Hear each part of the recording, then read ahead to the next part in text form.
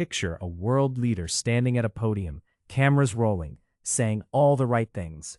Then, someone online freezes the video, zooms in on a split-second glitch around the eyes, and says, "There.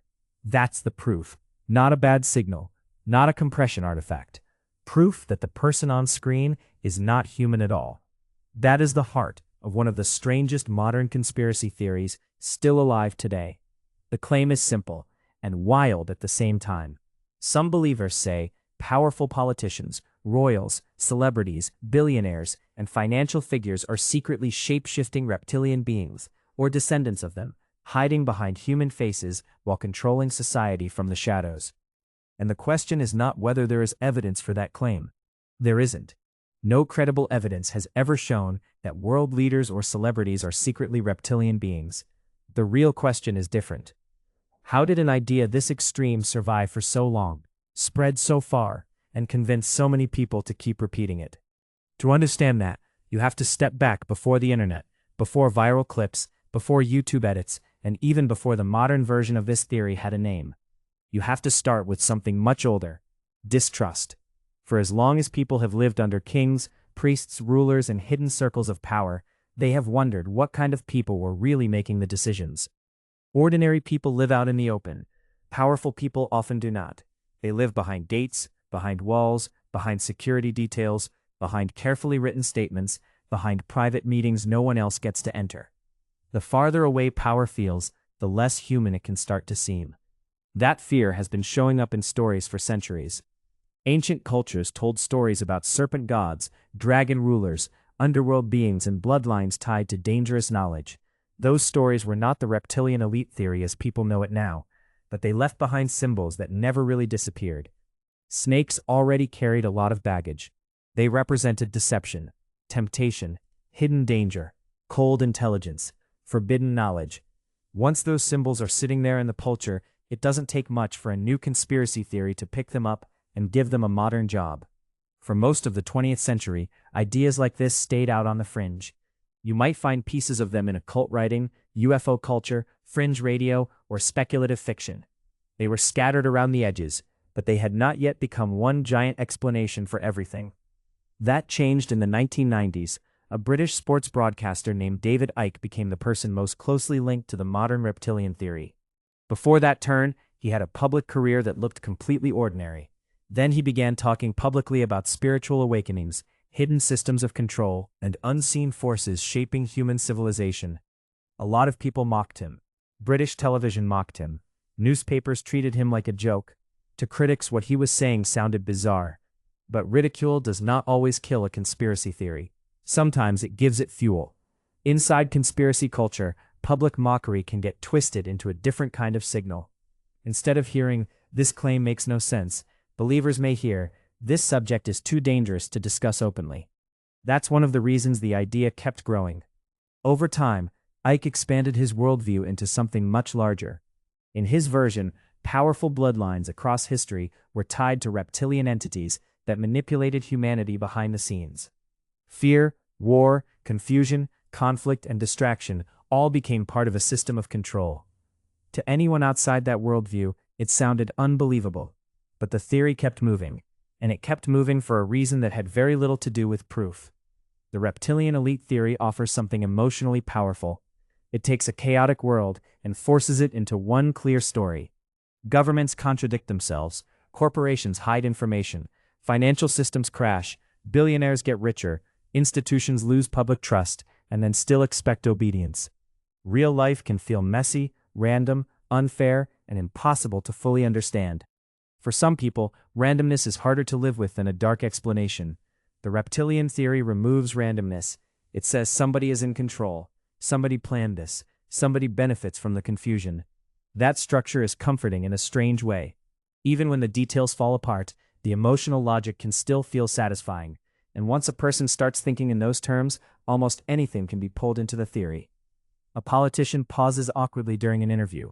A celebrity gives a strange smile. A member of a royal family looks emotionally distant during a speech. A video briefly distorts around the eyes or mouth.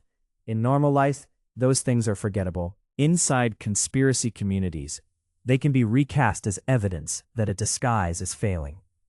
That is where the internet changed everything. Before the internet, theories like this moved slowly.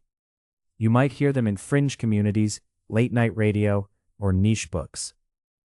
Online culture blew those limits apart.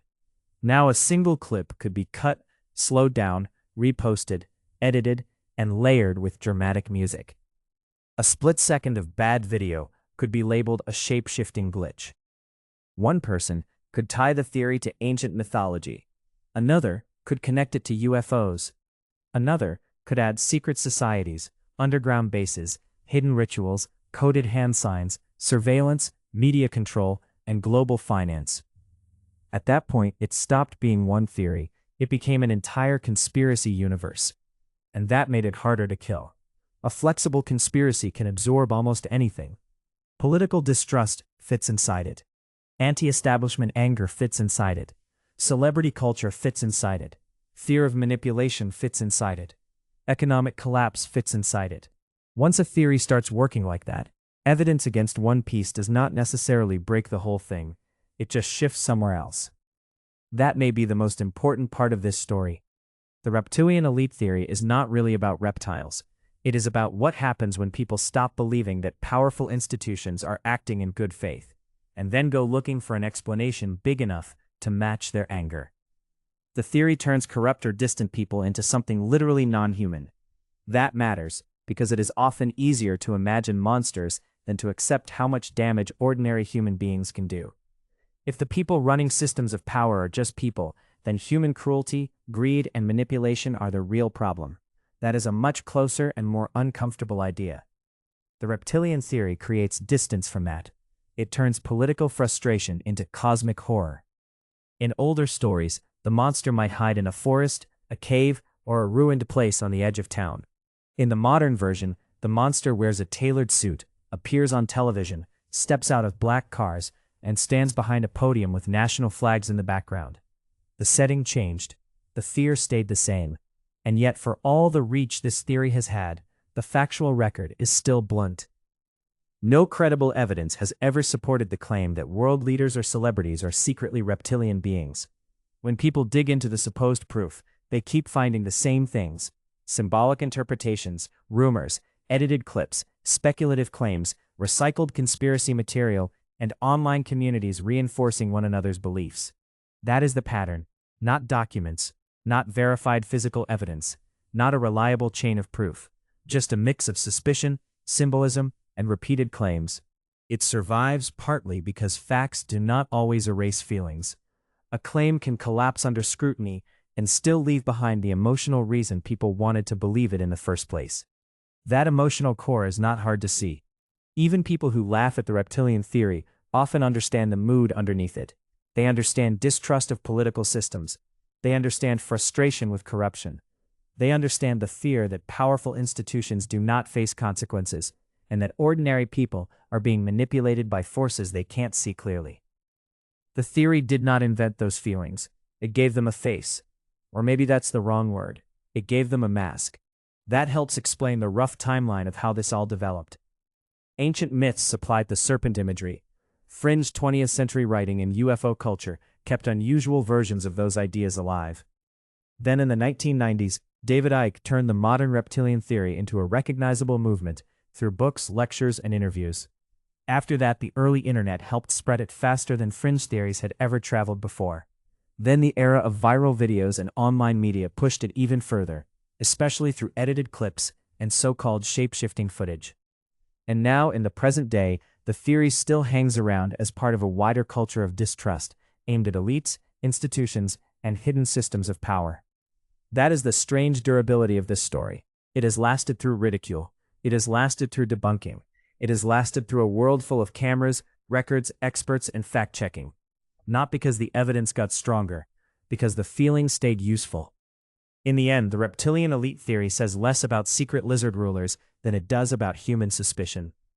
It shows how easily ancient symbols can be pulled into modern paranoia. It shows how internet culture can turn a fringe claim into a global one. And it shows how, when trust collapses, some people will reach for an explanation so extreme that it almost feels safer than the truth. Because the truth is usually messier.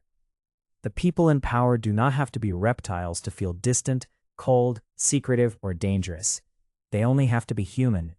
And for a lot of people, that possibility is frightening enough.